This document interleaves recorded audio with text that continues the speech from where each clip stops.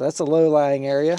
That's not good. I did not expect that. Maybe the pipe settled a little bit right there.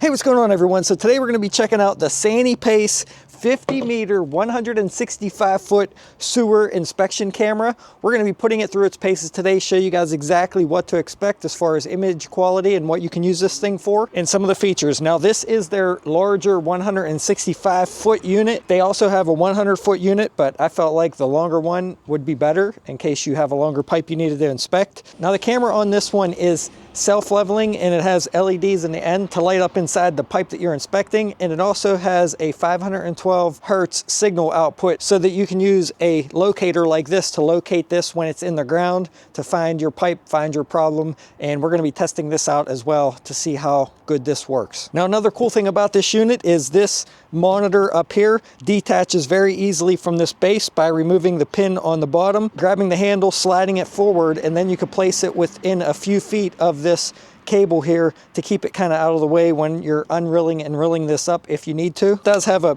pretty nice Pelican case here with a nice rubber seal around it. It has a 10.1-inch HD touchscreen, power button here to turn it on, and it does have a full keyboard that you can type in stuff that you want to display on your recording. Now, you can take a recording with this and also photos. Now, underneath the keyboard, this flips up here to hold all your accessories, and with this, you do get a set of wheels to go on your camera. Now, this is going to be for a larger pipe. I probably wouldn't use this in anything less than like a 6-inch pipe. You do get a set of 2 cords here. It does not tell you in the manual what these 2 cables are for. However, I did figure out that the one cable will go on the end of the camera. You can unattach this long 165-foot cable, attach that small cable, and put it directly into the port on the side to test the camera to see if in the future your camera quits working. You can bypass this cable and make sure that it's not your camera that's bad by using that short extension cable directly into the side of this box. And then you do get a protection cover here for the camera.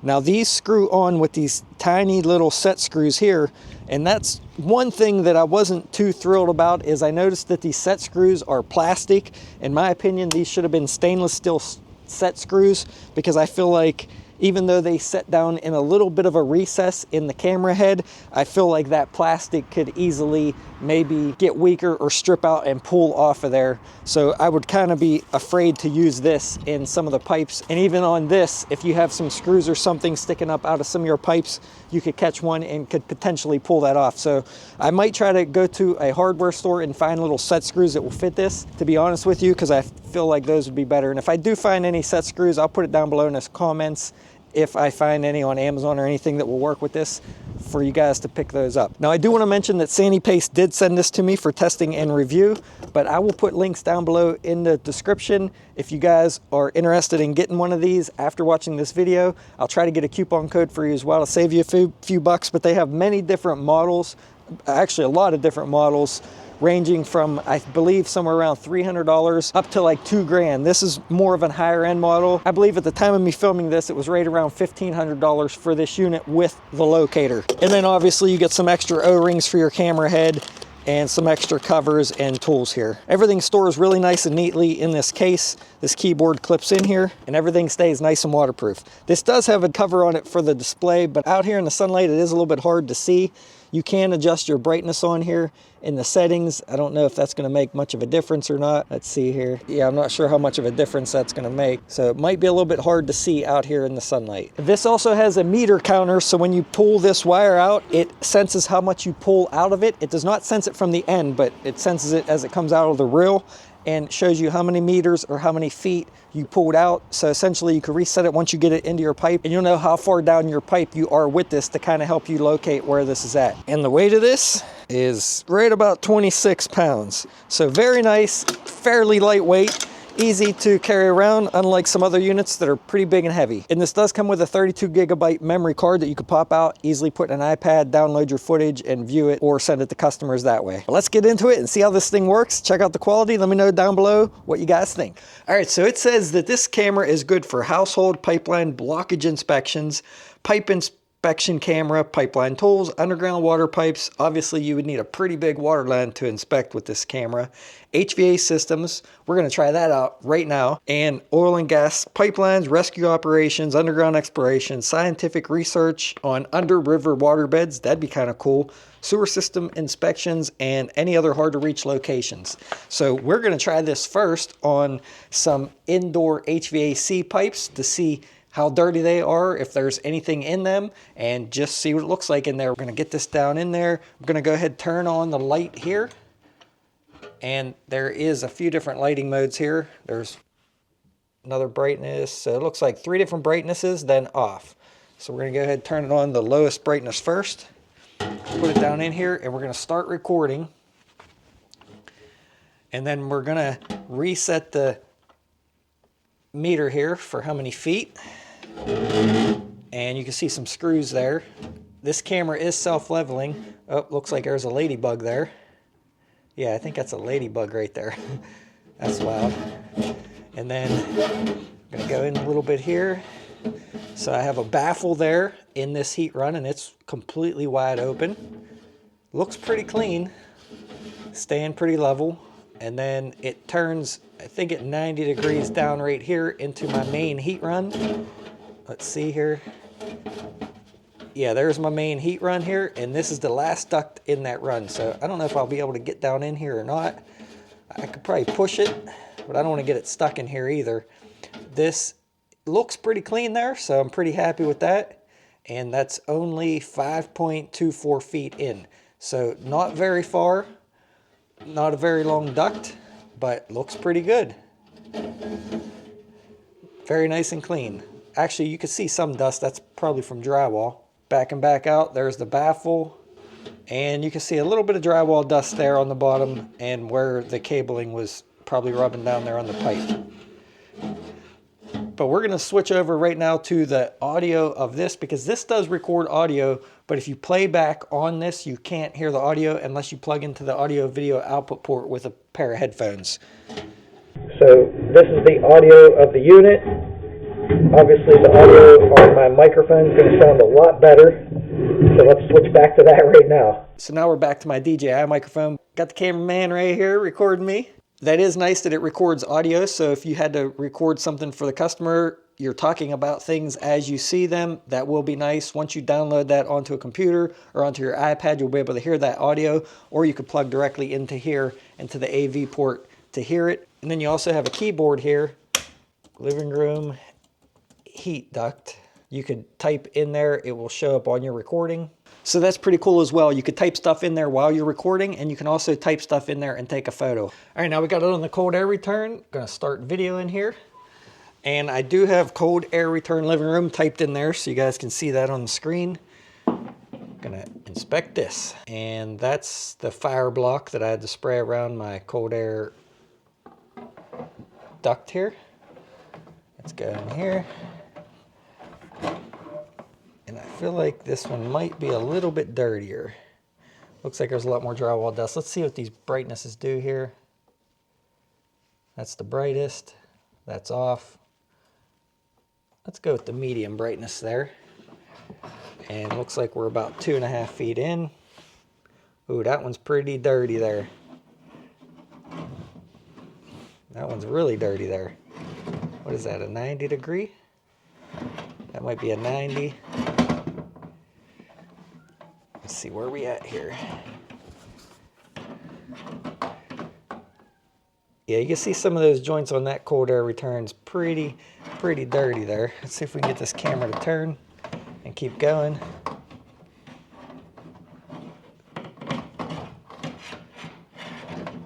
There we go. It's a little tough to get in there a little bit. Let's see, where are we at here? And you can see some dust there. Let's dim that brightness down some. Yeah, there is quite a bit of dust in there. That's the long run for my cold air return.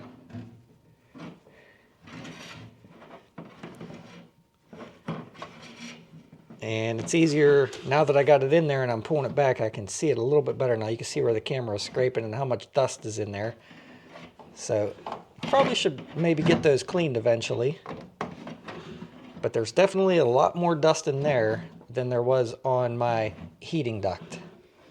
Now it's facing straight down, probably coming up around the 90 maybe. Yeah, it's hard to tell on the 90s, if you're in the 90, what it is. But yeah, so far pretty good. Maintaining fairly level. It is self-leveling. And it looks pretty good, other than a little bit dirty. I forgot to see how many feet I was in there, but you guys could see that on the screen. I forgot to look at that. And back out. So yeah, this camera works very good for checking out heating. If you had your ductwork clean and you wanted to check the progress or the work of the company that did it, you could go in and inspect, make sure it's nice and clean. Or if you're a duct cleaning company, you can go into people's homes with this and show them how dirty their ductwork is to sell the job. So pretty nice for that as well. But now let's take this thing outside and try it on some underground pipes. All right, so now we're gonna run this sewer camera down this drain here. This ties in with my downspouts and runs around my house to daylight, but I'm gonna show you something and why I've been wanting to check this out. So I'm actually glad that I got this to review, because I did not pin this concrete to the house back here whenever I poured it. And this concrete used to be up against that door frame. Now it sits down about an inch. And I'm wondering if that pipe that runs through there settled as well, because I was always afraid of that pipe running down through there breaking, and then all the water from my downspouts and my patio here running up along my foundation. So we're gonna go down it with that sewer camera, and we're gonna see if that pipe's dipping, broke, sagging, or if it's in good shape. So I'm gonna go ahead here, start the recording, get it going in here. There's already a leaf in there I can see. Let's see if I can get that leaf out of there. I don't know how many more leaves are gonna be in there. There we go. Start it down in here. Let's turn the light on. And I'm gonna go ahead and hit the reset button here for the feet. And we'll see how many feet we can get in there. And you can see it a little dirty there. Let's turn the brightness up. So the brightness is all the way up now. Looks like I'm 5.5 feet in. And it is a little bit hard to see on the screen. The sun's not out. I could see if the sun was out, this being very hard to see. But I can always put it on my iPad here. Got a little turn there. The camera's staying nice and level like it's supposed to be. There's the, I think that right there might be where my roof downspout ties in. Pretty sure. Yeah, I can see it dripping there. Let's keep going. And it seems like the camera might be angling up a little bit, or the end of it might be getting dirty. Let's see here. It's getting a little bit fuzzy. A little hard to see on this camera. We'll see if it's any easier to see on the iPad. This must be where I think that's where the 45 comes in for my other drain in my patio. Right now we're 18, 19 feet in. And it looks pretty dark now. I'm not seeing a whole lot. Let's turn this brightness down. That's off. Oh man, it's cold out here. All right, and then there's where my second drain line ties in. So that's good to see if our pipe's not cracked yet. Not broken. And like I said, it could be,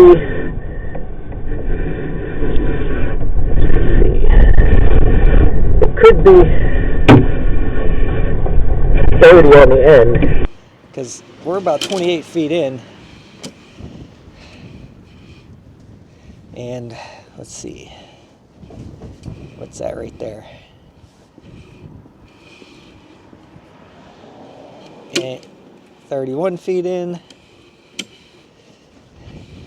Going through very easy though, guys. This cable here is 7 millimeters in thickness. It's a pretty stiff, rigid almost like a plasticky cable. Seems pretty good to push. There's some beetles or ladybugs on the side. That's wild. They're just hanging out, chilling up there.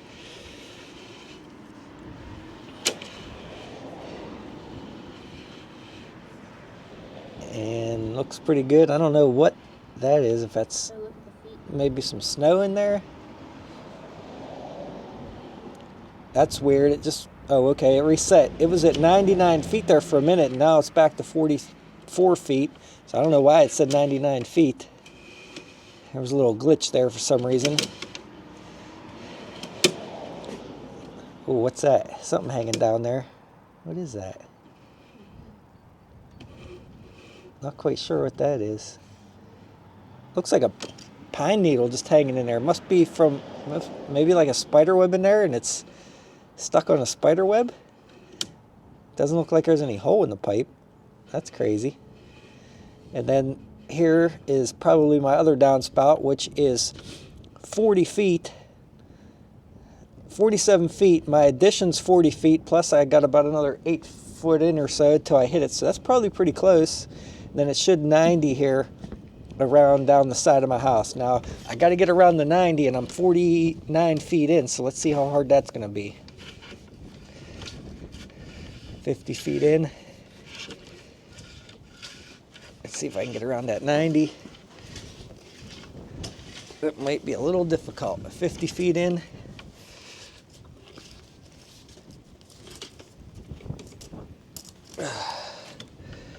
$51 feet in. I think I might be around the 90, but it is getting a little bit hard to push now because I hit that 90. Let's see if I can get it around there.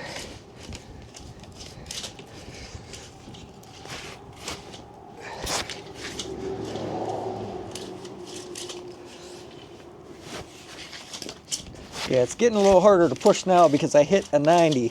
Now, it does say you don't want to take this on anything tighter than a 90. It has to be 90 degrees or less. So keep that in mind. And looks like I'm 51.82 feet in.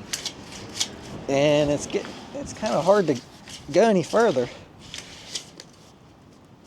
Oh, there it goes. All right. Must be around that 90 now. That was a little difficult. Let's see if we're still level here. I can't really tell.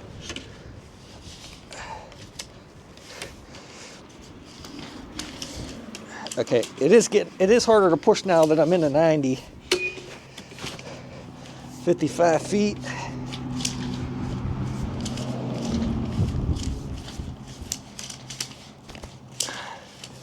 Yeah, it's definitely harder to push now in that 90. More than likely, you shouldn't have any 90s in your sewer. If anything, they're probably going to be 45s. All right. So, let's see where we're at here. We're 56 feet in.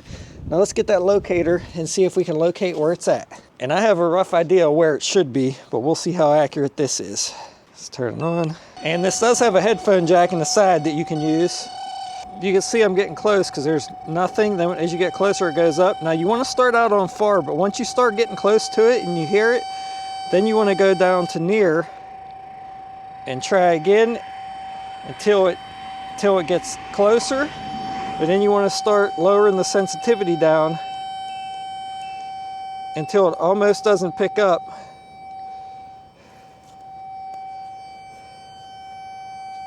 And I got almost full bars there and a full bar there. So I would say it's about right here. Let's come back this way, and the bars are going down now. Now the bars are going up, so it's somewhere between here and the bars are going back down now. I bet you that is exactly right here in the ground. You can see here how it's full bars. Now, when you end this test, you want to be on near and 1. And if you have full bars on near and 1, you're really close. If you leave it on far, you're going to have full bars for a lot of area. So you want to go down to near and then just keep lowering that sensitivity as low as you can go to where you still get a signal. And wherever you get that max signal at is where that locator is going to be. So I got full signal there to here. So within this 2-foot area here is exactly where that's gonna be. Now this locator goes just over 16 feet when you're on far on the max setting, and then on the near setting, the max it goes is just over 3 feet. Now I know that pipe's not very far in the ground, it's a few feet down, so it was able to pick up near very good.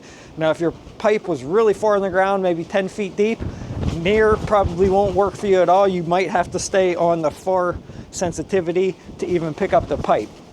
And that'll kind of give you a rough idea how deep the pipe is too, because if it senses it on near, then you know the pipe's pretty shallow, but if you can't read it and it has to be on far, then that locator is probably pretty deep. I don't do construction anymore, but when I used to do excavating work, I dug up a lot of sewer lines for a lot of plumbers that used one of these locators to locate sewer lines, same way as I'm doing now, and they always located it within a few feet, and we were able to dig right where the problem was, which is really nice. Instead of trying to guess and figure out where their sewer line was, digging a million holes in the yard, really nice to know exactly where you should dig. So let's get this thing pulled out. It shows 56.4 feet still.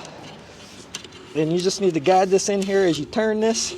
And I'm gonna wipe this off as I pull it back out to keep it nice.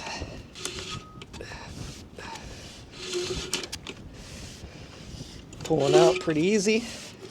Like I say, it was just that 90 that gave it a little bit of a tough time, but I was 50 some feet in, so in this case, the 100-foot spool would have worked great. But I'm glad I got the 165-foot one. Oh yeah, staying level. That way, if I get a nice long straight pipe, I'll have enough spool to get me down it. Let's see how close this is once I get back to the beginning to see if the footage is pretty accurate. And it's actually reeling back up pretty decent. I thought it wasn't gonna go back on this spool very good, but it looks like it's going back on really well. Man, it's freaking cold and windy out here today. 10 foot, 9 foot, 8 foot, almost there.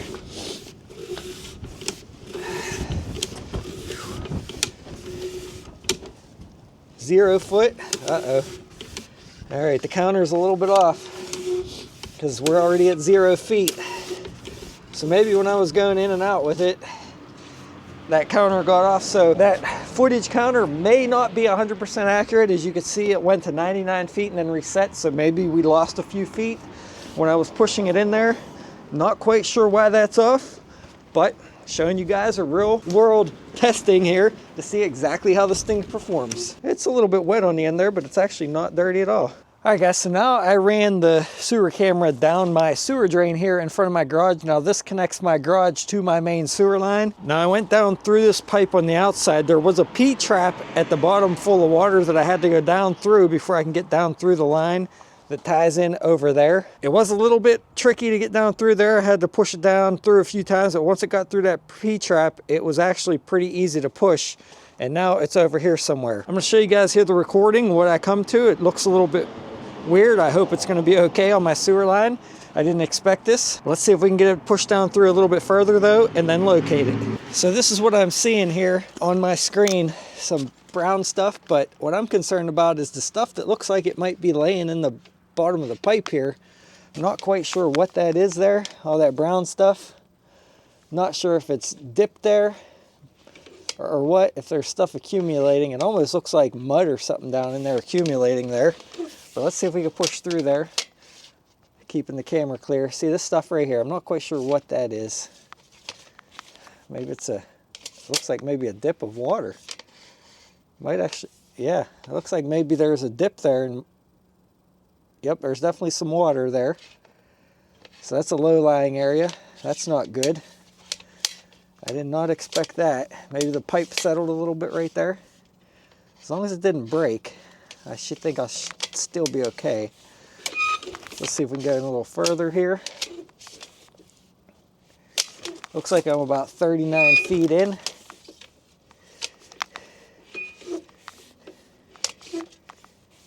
And I don't know if I'm in my main line yet or not. Not the main, but the main one coming out of my house. Guess we'll just have to locate it and see where we're at.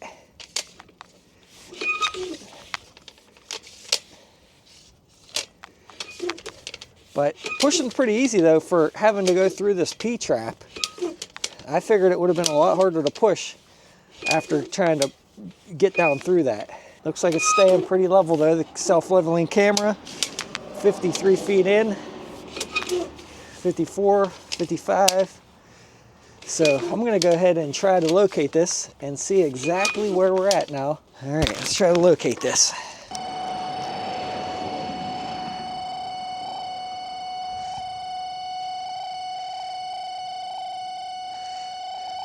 And again, I'm gonna leave it on far until it starts to come up, until I get full bars. It's getting, there we go, full bars. Let's go to near.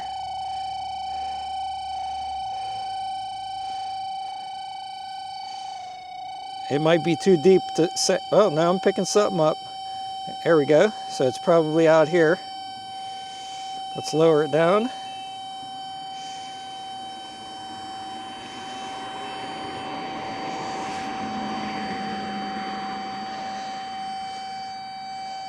No bars, so I'm going to keep scanning here until I see it go up. And if it doesn't go up, I'll adjust the sensitivity up a little bit. It's probably too deep to pick up. So I know it's in this area. Let's go up to 2. There we go. Now I'm showing some bars there. So I would say right here this way. And then I'm going to go this way. I got some stronger bars there. Less there. So I'd say it's about right here. Because now I'm losing. Yeah, guys, I would say it's right here.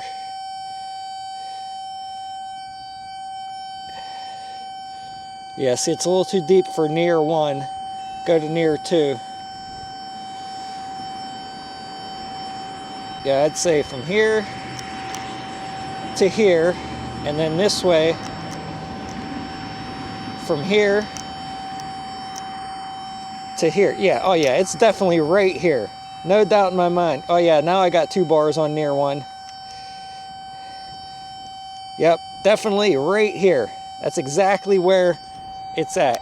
And that right now is going all the way to right there and then over to the machine down that pipe there. That is pretty far. So awesome that it pinpoints it down to exactly right there. And that will save you a lot of digging, knowing where it's at. All right, I was able to push it down through quite a bit more, and I could still push it down through further yet, but there's no need to keep going. I don't really have a problem that I could see in my sewer line, so I am going to back this thing back out and clean it off as I go, especially now that it was in my sewer line. But it's working great, guys. I mean, especially the fact that you can trace this line with that locator and pinpoint it down to a foot or so to where the end of that camera is at. That is awesome, and that will save you a ton of time digging, a ton of time finding stuff. I really recommend, if you ever buy a house, to camera the sewer to see what kind of condition it's in, to see if it's terracotta, PVC, because if it's terracotta, more than likely there's going to be roots in it. So definitely a good idea to get a sewer line snaked. If they won't let you do it yourself, if you have a camera, get a plumber, pay them to do it. But this thing alone will save you probably a couple $100 versus having a plumber come out and do this for you. But definitely nice to have, definitely nice for inspecting sewer lines, heating, ductwork to see how much dirt and dust is in there. If any mold's growing, you might be able to locate that. And I think it works great, but there is a few quirks. There's that spot, that low-lying spot there. And those dots in there are really odd. But there is one thing I noticed. I'll show you guys here once we get back inside. There is a little glitch with the keyboard that you got to watch out for whenever you're recording. Let's keep going here. I'm going to show you guys coming back up through that P-trap. It's actually full of water.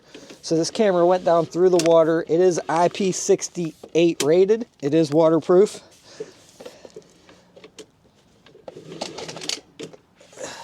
And yeah, we're in the water now. So let's see, let's get up out of that. There it is. There's the water that I had to go through for the P-trap. Right now we're in it. And we're out of it. Let's get up out of here. All right. And one thing I did notice in the end of this here, if you take this piece out, you can store this camera in here with the protector on the camera, which is nice. All right guys, so I just wanted to make it aware of some of the issues that I had when I received the unit. Now when I first got it, whenever you would be typing on the keyboard, if you were recording and you hit the enter button twice, the whole thing would shut down, restart, and then the touch screen was inactive.